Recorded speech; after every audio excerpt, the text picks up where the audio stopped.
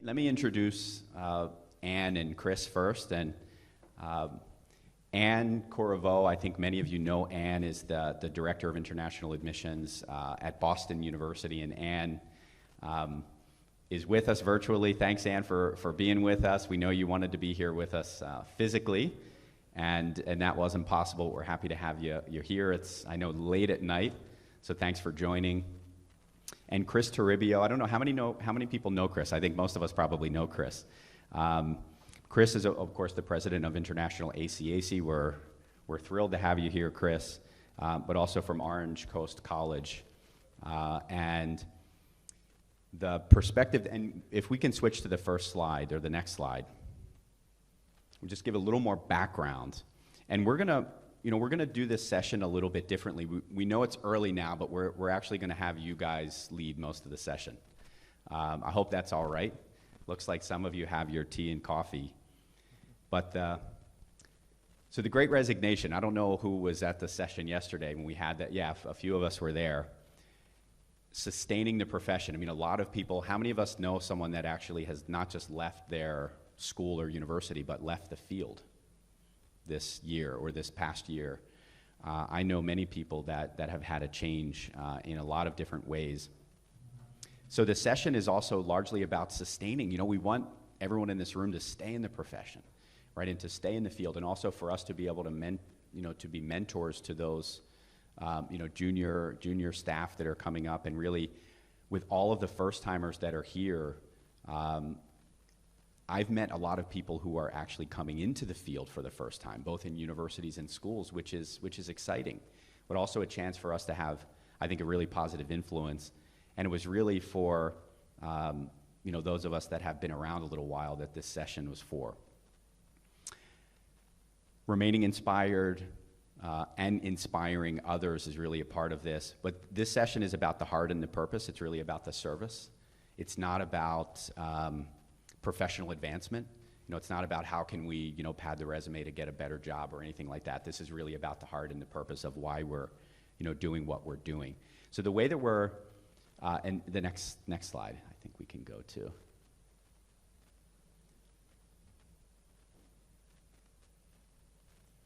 So I wanted to just outline really what we hope to achieve, and then talk a little bit about the structure of how we're going to do this session. So we wanted everyone to leave it with at least 3 actual concrete things that you can do to pay it forward. And maybe some of you are here because you're feeling that, maybe burnout or, some, what more can I do? What more can I do to give, but what more, can I do to keep myself refreshed in the career? So 3 concrete strategies that you can do, and we'll share some examples. The next is really transforming those feelings of burnout and that exhaustion that many of us are feeling over these last couple of years into a positive. How can we really reflect that in a positive way? And then, of course, we're gonna chat. We're gonna talk a lot about the role that we can play, and how we can sustain the profession in that way. All right, so next slide, please, and we'll talk a little bit about the structure and how we want to do this.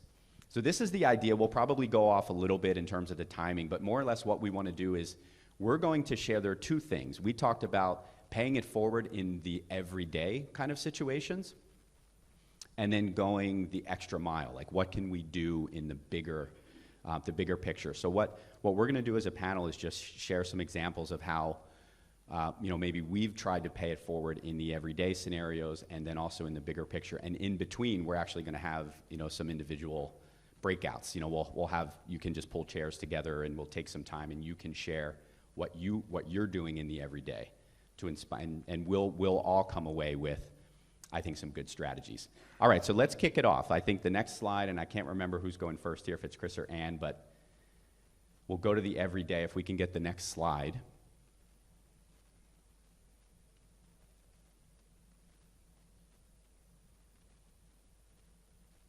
All right, Anne, back to Boston. So many images of me. It's a lot. It's very humbling. Thank you so much, Jim. I loved what you said. I wrote it down, heart and purpose of why we do what we do. And I think I want to thank you for having me part of this discussion. I hope you can hear me, but I hadn't really thought about this aspect of my work and how much joy and meaning it brings until we, really went through what we've all been through in the last 3 years and the absence of so much of that connection. And I think not only not traveling, but I think about, I work at, some of you know, I work at a large university, and the shift to virtual work and not being able to connect with young staff, new staff in the way that I have always done, which is those organic hallway conversations and how are yous and all those things that bring meaning to our everyday. And so I really do think that refreshing ourselves in this meaningful engagement and paying it forward just has huge, huge benefits, not only for us, but also to instill in the new people. I'm an old timer, so in the new folk. But I think the everyday is really being open to opportunities as they're presented. We're not probably going to get a badge of honor for these. I think, as Jim suggested, this isn't what this is about. But finding ways to mentor, to educate, to be a sounding board, to offer support, and to receive that support, quite frankly. So I think when I think of the everyday, I just think of such a birth of opportunities that just organically present themselves. So as I reflected on my own experience, some things came to mind. One, for me, the everyday is just, look, you guys are all at a conference, and hats off to you. It's also early in the morning, so you guys are amazing. But I think at a conference, really being present, not only for people that we know well, but for those first timers. So really seeking them out. I think I've been doing this work. I think I've been going to India for I think it's close to 30 years. I'm not joking. A lot of years. And I've been going to conferences that long. And I think I sometimes get into this habit of seeking the people I know and getting into this sort of nest and community with like thinkers and just that energy that I think can get a little stale. And so for me, I think it's really satisfying to get out of that comfort, to go up to that new professional, that new timer, help them navigate a conference like IC3 or International ACAC or NAFSA or CIS or whatever it is. Because I think in some ways, they're so hard to navigate when you're alone and a first timer. And I certainly remember the people that took me under their wing when I was just starting out. So that was something I thought of because I enjoy doing that. Learn a new name. I make myself sometimes at conferences learn two new names. I don't have a good memory the older I get, so I have to really write them down on my hand sometimes. But the woman in this photo at the bottom is Kelly. She just left. She was a counselor in Vietnam. And she actually approached me at a conference. She was a first timer going into the international sphere. She had been a U.S. Counselor and sort of glommed onto me and asked me questions after a session and really allowing for that moment to be available to someone and also to follow up and just say, let's stay connected. You have great questions. How can I be helpful to you? So she definitely came to mind as I reflected on this. So putting ourselves out there at those first timer events.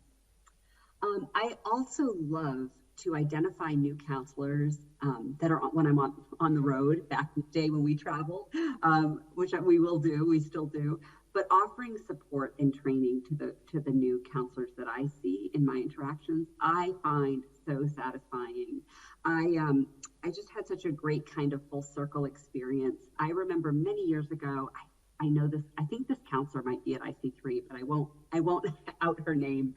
But I met her at a high school visit in India, and she was brand new, walked through the Common App together, really new. And I was just adored her and just thought, oh my God, she's like a sponge. She just wants to learn so much.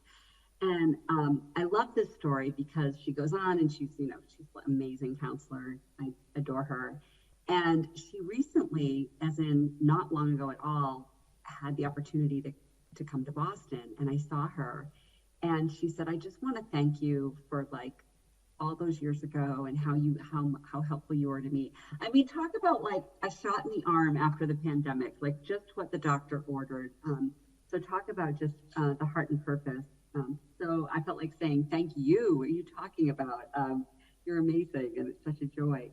So that was just kind of a full circle story I thought of. And then I also think look, some of you I know in the audience are very experienced in your field, no question about it.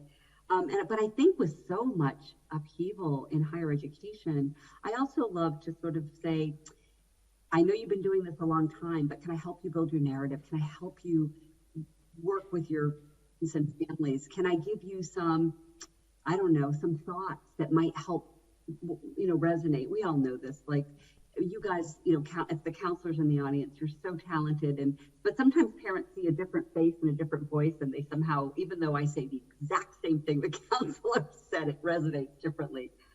So I find just being a support in these very strange times, so much has shifted in higher ed, test optional, increased, applications to a band of colleges, early decision increases. I mean, all these things that create a lot of frenzy and stress in our work, to help each other with that. So those to me were 3 examples of the everyday. I think I can, just to conclude, I think I can get very locked into old ideas and ways of doing things.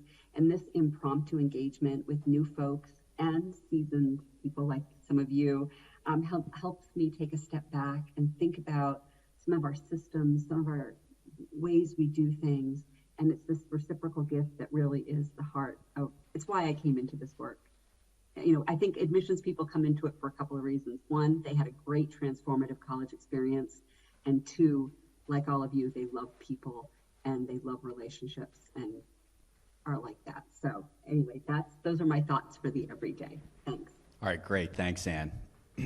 And I think the best part of this session is going to be the breakout. So what we're going to do is we'll share this. Chris is going to share a little bit about the everyday, and then I'll just give a very brief, couple of things, and then we'll get into some discussion. All right, so I'm going to stand here so you guys can see me. So I'm going to actually go a little bit off my presentation a little bit. But again, my name is Chris. I'm the president of the International Association for College Admissions Counseling. It is a large professional organization specializing in the counseling of students looking to cross borders for their undergraduate degree, so essentially international students. So, this topic was really important to me because in reflecting to why it's important, I had to really think about my career. So I'm just going to kind of take you to a journey to why giving back is just so essential to the work that we do. First of all, I'm originally from Hawaii. So giving back, service is just part of our cultural mission. I grew up on an island with 35,000 people, so you have a really keen understanding of how service and giving back is just part, and how it really affects our ecosystem. And I think when I first started in admissions, I've had a 14-year career. Hopefully it doesn't look like it.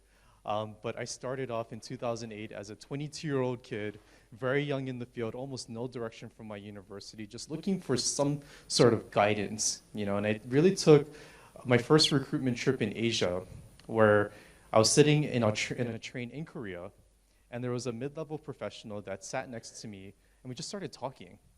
And he started giving me tips on what I should be doing, how I should be presenting myself, what schools to go to, and I'm like, whoa, there's a person there, I thought we were competitors, just telling me information about what I can do to better serve my institution and also better serve our students. And I was thinking to myself, then he started to introduce me to this world of college admissions where everybody was doing that, with the idea that what we do is to help students find the right fit. And I always say that college admissions is a round table. It's not like 2 sides of the desk, right?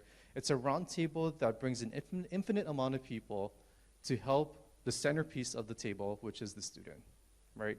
So throughout the years, though, in my 14-year career, I do notice, especially in times of enrollment crisis specifically, that this idea of helping each other, being collegial, referring each other to other institutions, sometimes our administrations don't support that.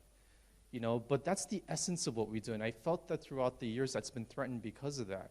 And I'm really happy that our organization and also our profession is sticking with this, because in the end, it helps the students and it helps other people.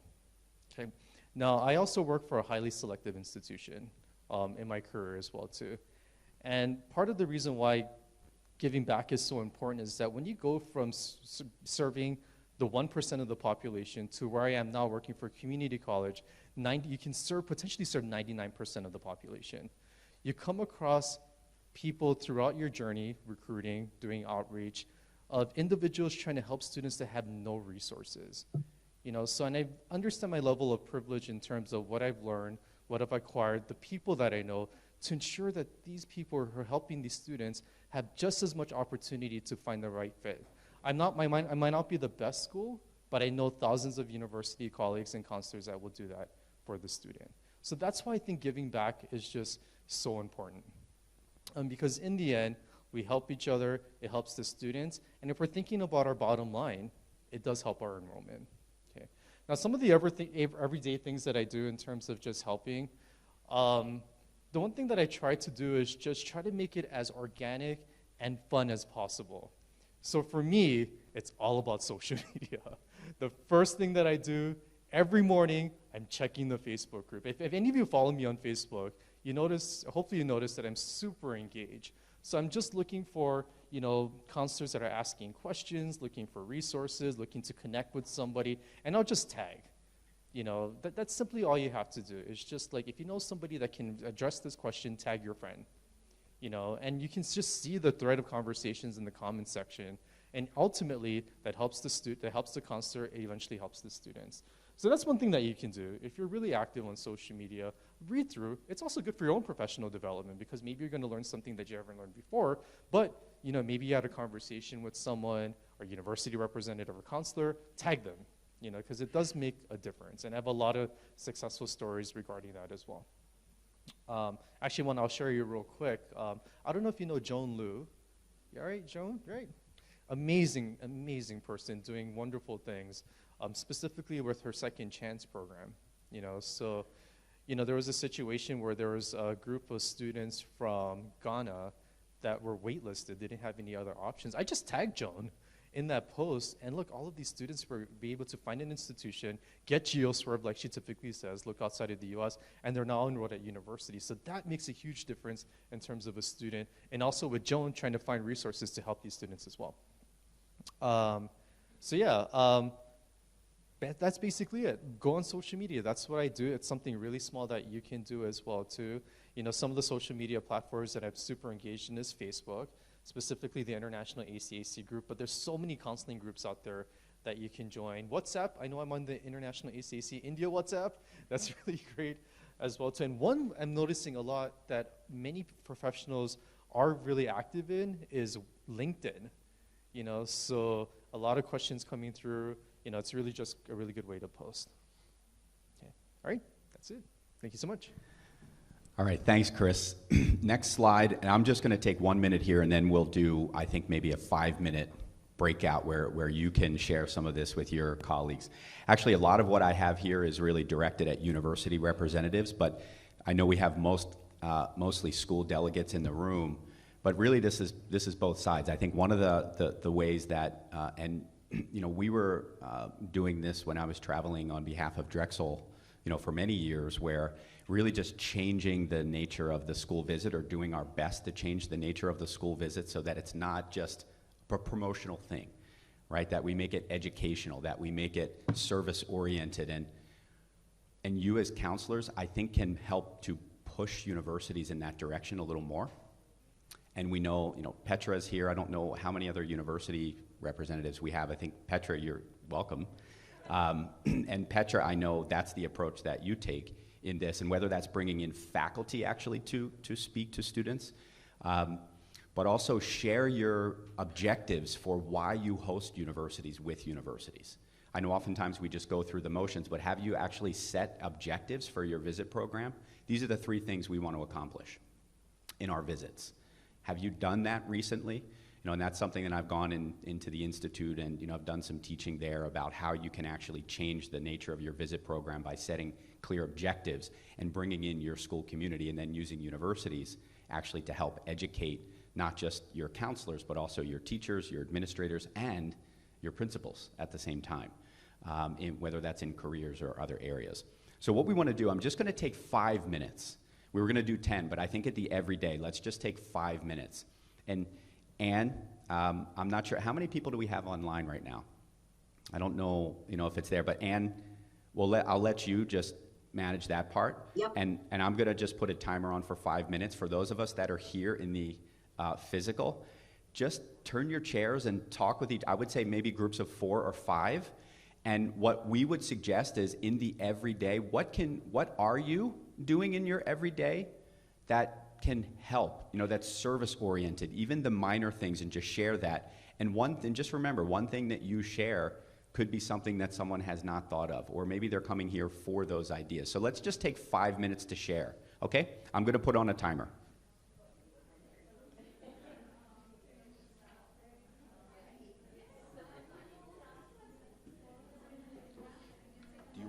Do you want to join any of the groups? This would be a good chance for you.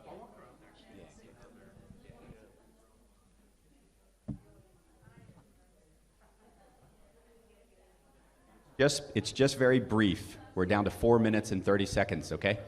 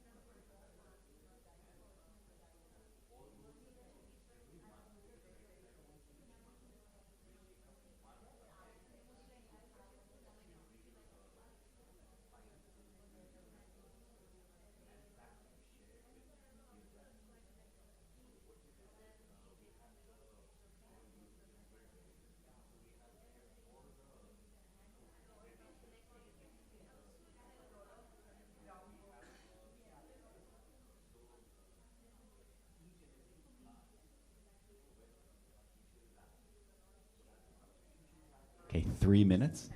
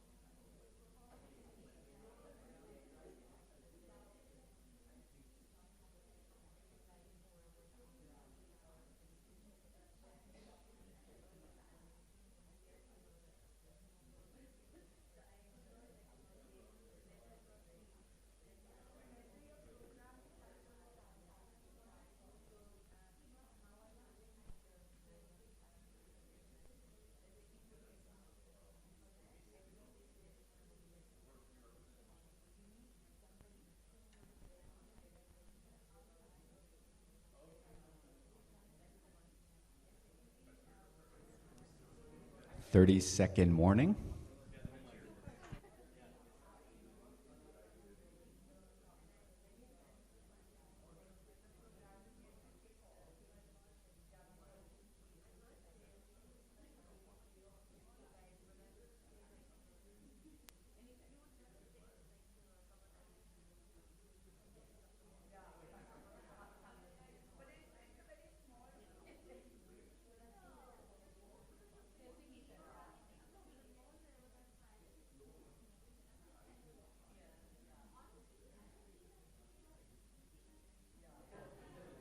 Okay, if you can just finish up those last remarks, we'll bring you back.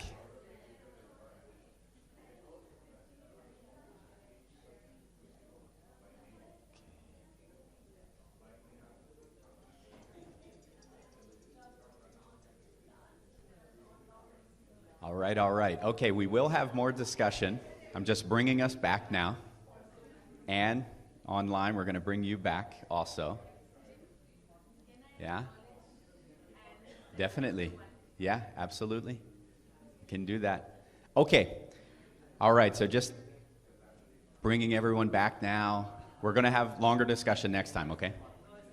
All right, so what we're going to do with this is, because this is the everyday, we want to get to the extra mile for sure. I'm just going to take one, and actually Priya just has a note that she wants to share, and then we'll go from there. So the lady who Anne spoke about was me, and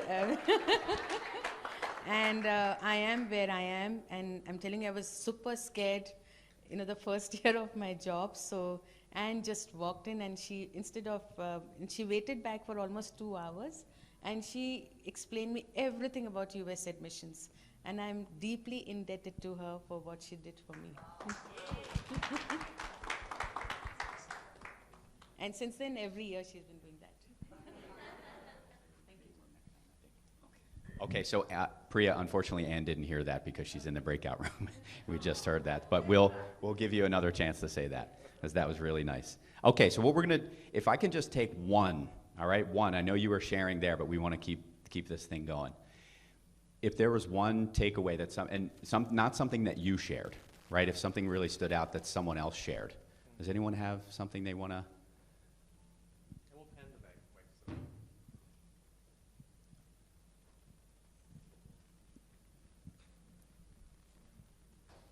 So Hitesh just said that, instead of writing loads of emails to his, to his team members, he just walks up and has a chat with them.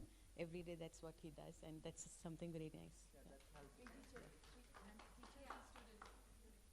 That's a great everyday thing. Just talk to people that we often forget, right? Let's set out the directive, send an email or a WhatsApp message, but you can actually go talk to people. Just 1 second, Sudarshan. This is for the recording, so that. So Hitesh has a checklist, which is even, you take it a step further, and he meets 3 teachers and 3 students, Hitesh? 4 teachers and 3 students every day. There are actually not any fixed number, but I ensure I meet every day 3 to 4 students. But teachers, as and when required, I keep on meeting the teachers, but I don't have a habit of shooting an email. I just call up, or I just go and meet them and sort out the issue. Because email, at times, it hurts a lot. When you go and talk face to face, you develop a kind of relationship with the person. It's amazing how much we can read into an email. So yeah, that's a great one. Okay, so Anne is back. Anne, we just have someone wants to share a message with you personally, except publicly. And so it's Priya here. Yeah, so I just told everyone that it's me who has learned, and I think, and I still remember 2008, August, when you had come. And, I was super scared of the entire college counseling because I just joined a month back. And you spent almost 2 hours after the university visit and explained me everything about US admissions. And since then, every year you've been giving all the inputs. And thank you so much for always being there for all of us. And I quickly want to say one more thing. When I'd gone for this BIACT tour, and all the universities were, she's like mother to everyone present there. So I think that's what she brings in. it's not only with the college counselors, even with the universities, everyone depends on her for everything. Thank you so much, Anne. That's amazing. That's really very fitting for this session, I think. Okay, so let's move to the next segment, and I think for Chris, Anne, and I will try to keep it concise so that we can have more discussion. And I think, Anne, you might be up first again. So next slide, please. It's hard to talk. I'm on the verge of tears. That was so beautiful. I love my work. Oh my goodness. So I'm going to talk about the extra mile, and these are things that tend to take more time. They obviously tend to be more formal and more of a commitment. So I'm going to focus on mentorship in kind of the more formal sense. When I think about mentors and mentees, I think they can take all shapes and forms, and they're not at all necessarily people in our direct sphere, like in our direct little nest of people we work with. I think in stepping out of that nest of like people right in your own office, I think is really important to cultivate different points of view, different ways of thinking of things, different management styles, ideas. I think it just brings so much satisfaction in my work. It's a little uncomfortable when they're outside of my sphere because I have to like open my mind even more. But in these photos, these are, and I know Priya, you recognize probably the blonde lady, you met her at BU, but these were some of my bosses, actually. Paul Green in the bottom, he used to be he was at BU, and then he was the director of the Council of International Schools, CIS.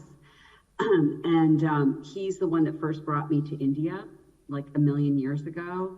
And I think from him, his mentorship taught me about the responsibility of having the luxury of travel in our work, and our responsibility when we come back, how to sort of not, he just said, speak to gratitude, don't use stereotypes, all that sort of, first timer kind of stuff.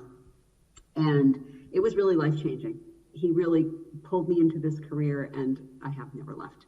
And then Kelly Walter is another one who taught me more broadly U.S. higher education. But I think as I've worked in this field and gained so much knowledge outside of it, I was thinking about what Priya was saying. I mean, I have all my Boston people on like speed dial. Like I feel like I can text them, message them, and sometimes getting out of the strange dynamic that exists between you and your boss or a peer at your own institution or own school allows you to be more vulnerable and share with a mentor very differently than you might otherwise. And then where can you find them? I think you can find them anywhere. I think be willing to bust out of the myth that a mentor has to be like right in your circle. I think there's just really, I think they take on different forms and shapes and sizes. So that's really important. And then in terms of formal mentorship, at BU we have a formal mentorship kind of program that's not just within my department, but it's a wider program. And I met with this woman this year in this formal mentorship role, young, first year admissions person from a very different part of the US than I, very different in everything from me. And I was a little nervous, and I have to say we talked, I mentored her, and she left admissions after a year. And I thought, oh my gosh, what did I say? But I didn't. She kept telling me she wanted to work with students directly all the time. And so she went and stayed at BU and became an academic advisor, which is like perfect for her. But I think it's those formal and informal opportunities that really make it helpful, especially with young. I love working with new people. And I also think FaceTime with students. I mean, we're all about the students. Everyone in this room and on this call are all about the students. So anytime I can be a faculty advisor for a program, or I always adopt a posse of students that are new to the university, typically from India, but and just kind of mentor them in ways that I think as a non-faculty member for them, it's helpful. The other formal way I do it is through volunteer teaching first-year students in like kind of one of those one credit, like adjust to the university classes. And those are so rewarding. I mean, you know, these aren't ways you get rich, but they are ways your spirit gets rich. So lots of different things. And I know I wanted to keep it short, so I'm going to stop there. All right, so just going the extra mile for me, what that means. You know, what's really interesting is that the first thing that we tell a new student when they walk into university campus is what can they do to get settled? And we always tell students to get involved, right? And I think it's really important as professionals that we follow or we practice what we preach. We should be getting involved. You know, whether it's an organization like International ACAC or IC3, or you don't even have to be part of an organization to get involved. A big part of going the extra mile is simply just advocacy. You know, if you have a really strong belief in something, be very vocal about it. Start creating conversations, whether it's difficult, whether it's easy, and so forth. You know, but for me, like just getting involved and just advocating is just a really good way to, you know, go that extra mile. And I think I just wanted to share, like, I'm in a very unique position right now being president of a nonprofit organization like International ACAC. And I come across many people who want to give back, that wants to go through that extra mile. So for me, in this role, is for me to ensure that I have mechanisms and programming and infrastructure to ensure that those who want to give the extra mile can. Who am I to say no to someone who wants to volunteer their time and their efforts? You know, so those are some of the things. And here's some of the things that I do in terms of going the extra mile, besides just being the president of a nonprofit, because you don't have to do that. But I'm constantly sharing information, posting articles, initiating conversations. You know, I think that's important. You know, submitting blogs, points of views, op-eds, and tagging institutions and stakeholders in this. So if you do have like an opinion piece that you wrote, put it in front of the people that need to see it, whether it's your administration, whether it's those who are really in charge of making those decisions on your campus or your school. Okay. I put a lot of Instagram content, reels, posts, lives. I can do a tutorial on how to do that. Also, one thing that I was really involved in throughout the pandemic was online petitioning and polling. You know, there was a situation that happened in the US regarding the visa. So I started a petition that got like 35,000 signatures, and that really helped. You know, and it just was very organic. So polling our colleagues to see what's going on. You know, what are some of the trends going on, what we can do to advocate even further. And in terms of my overall recruitment strategies and also outreach, you know, during the pandemic, I was really just committed to ensure that if I'm going to do a presentation to a school specifically, that we really just focus on admissions content-based information. Not so much me telling you about, you know, how great our school is and the opportunities that we have, but doing admissions workshops, like applying to university, you know, finding the right fit, you know, tips on writing a letter of recommendation and so forth. And, you know, I really do encourage you, especially now on the counseling side, you'll have a lot of universities coming to you asking for a visit. Best way to accommodate, get together in a group, you know, pay it forward, talk to about very specific admissions topics, and you can talk about your school later.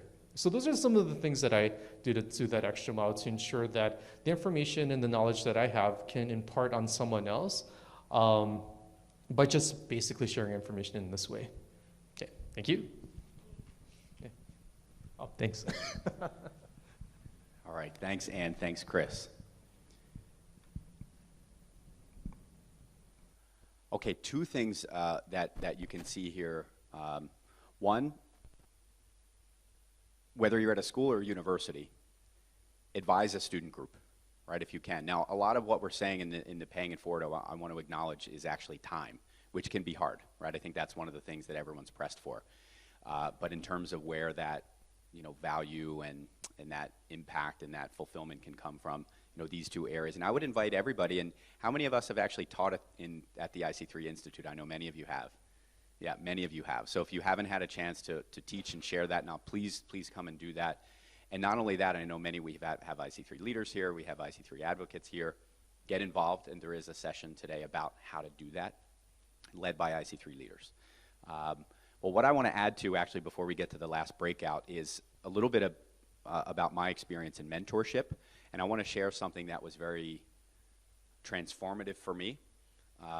the we all have, I think, informal mentors, and that's fantastic. But actually, there was a point in my career, you know, I don't know, maybe 5, 6, 7 years ago, I can't remember exactly when, but I said, you know, I'm going to have a mentor, a formal mentor. And I actually I asked this individual, and I won't, many of you know who this person is, not Ganesh. He's a mentor to, you know, to many of us. But there was a person who was not at my institution, and that's what I recommend. You find someone who you really admire, and you ask them very humbly if they would be willing to mentor you. And I did this in a formal way, and we set up meetings every month. You know, it was maybe every 2 weeks or every month at certain points, and I would draw up a small agenda. We would spend 30 minutes together, and it was life-changing for me. You know, oftentimes we talk about mentorship, but it's oftentimes, you know, someone we're meeting on the train, or, you know, and that's great, and doing it informally, but really you can do this in a formal sense. And if you haven't done that, I would urge everyone to do that at any level. Whether you're a first-year counselor or a 30-year counselor, this, I think, can be something that's really powerful. All right, so now we're going to do... Okay, now we'll do another breakout session, and this will be around the extra mile, where you can share some of these other strategies that you've used. And let's take... Can I add something to what you just said? Yeah, Chris, sure. I think that's really important, because you mentioned whether you're a 3-year veteran or a 30-year veteran, anything. What's really important is that, you know, this conversation of giving back doesn't necessarily mean that you need to be a seasoned professional in the field. I think anybody can contribute, you know, and I think for, you know, International ACAC, for example, about 50% of our attendees at the conference were first-timers. And it was really important that we gave them an opportunity to present, to get involved, because, you know, they have so much fresher perspective coming from a different lens. You know, maybe a counselor that, you know, is in a rural area has an opportunity to represent and advocate for their students in a lens that we don't typically see. So whether you've been in the field for 1 year or 30 years or 15 years, it doesn't matter. Everybody can give back. It just really depends on how you receive that information. So, you know, if there's a new person trying to give back, receive that information, because you can learn a lot. Okay, so let's take 8 minutes now. And we'll do another breakout. We're going to do that for 8 minutes. And Anne, if you can set a timer or however you want to do that, and then just return back at that 8-minute mark, we'll have at least a few minutes to share. Okay? So we'll do that now. 8 minutes. On the extra mile.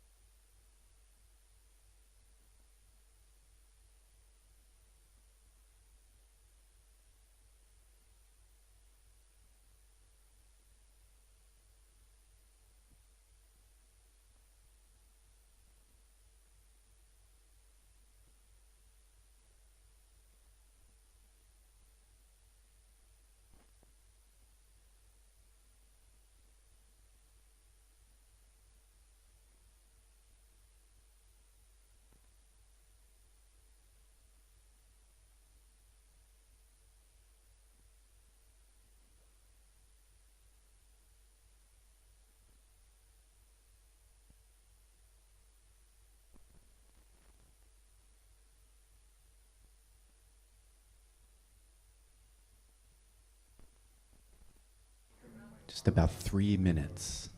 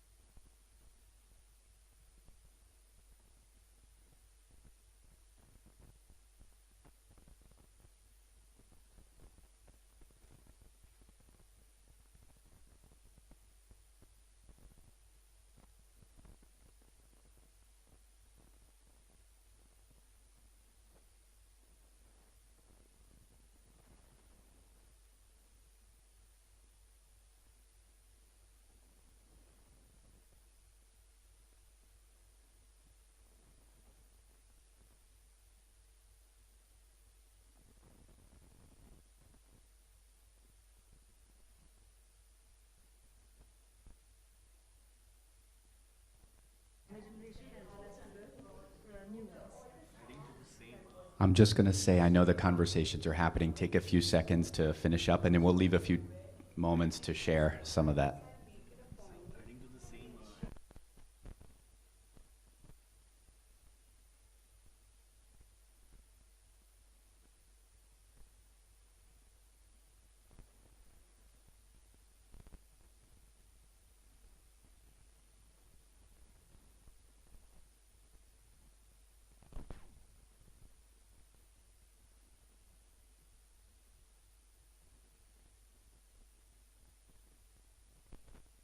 Okay, I'm very sorry to interrupt these conversations. I heard clapping, I heard, I'm sure there's a lot of really awesome things, and Anne is back. So I think this would be nice. Why don't we just open it up for a little bit? I know we're right almost at the end of our time, but if we can take a few extra minutes for those of you that are willing to stay, let's do that. And let's share. Does anyone want to share something, a takeaway from their breakout, perhaps again from Samir? All that we were doing were on a common ground, but we also discussed that how the people in India, we have luxury of having a lot of support staff, drivers and cleaners and things like that. I mean, in my school conversations at home, I get invested in their children's, well-being in the career path. So I think that's what I think we've all decided, that at individual level, we'll start doing those conversations and go beyond a circle of influence from school and friends, and look at that community, how many children can raise from that community to the others. Anyone else? Thank you.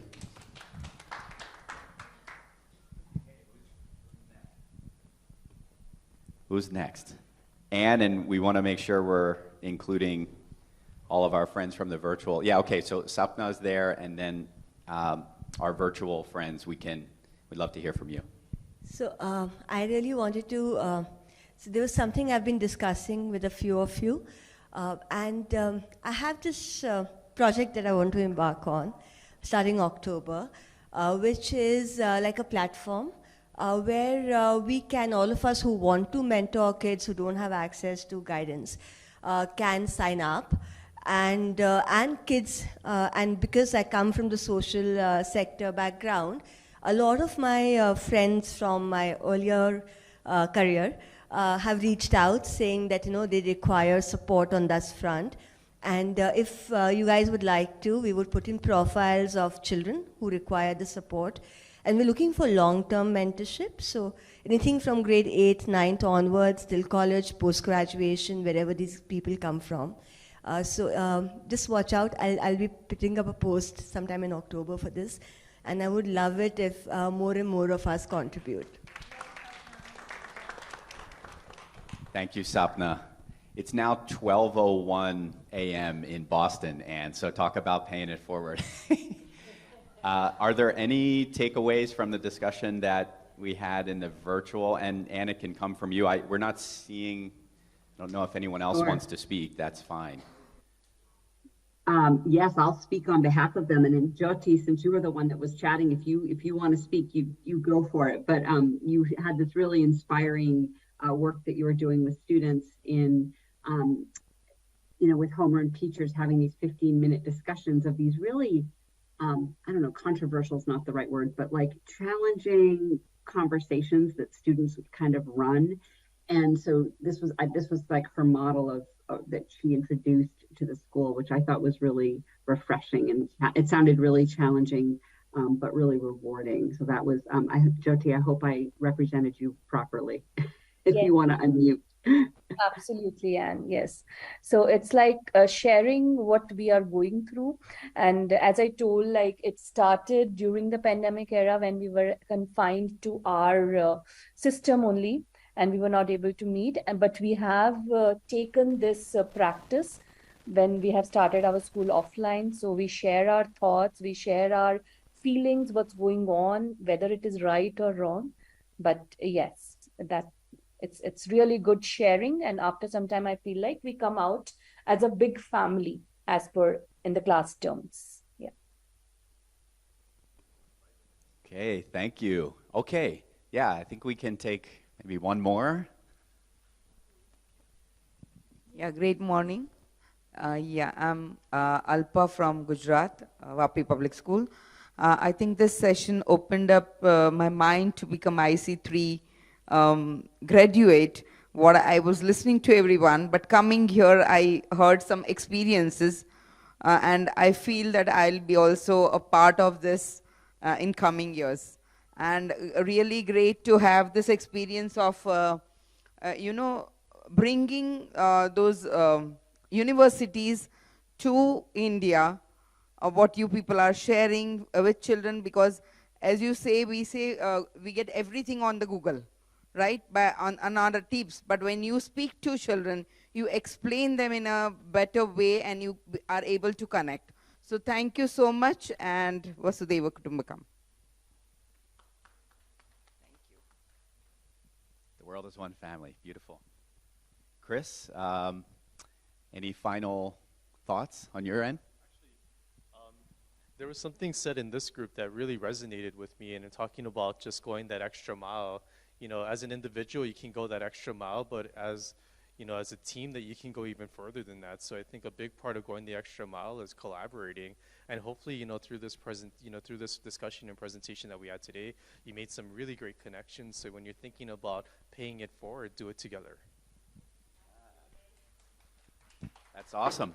Okay, so thank you. Thank you very much, Anne in Boston. Thank you very much, Chris, for being here. And thank you to everyone who came to this session. We'll see you. See you next time.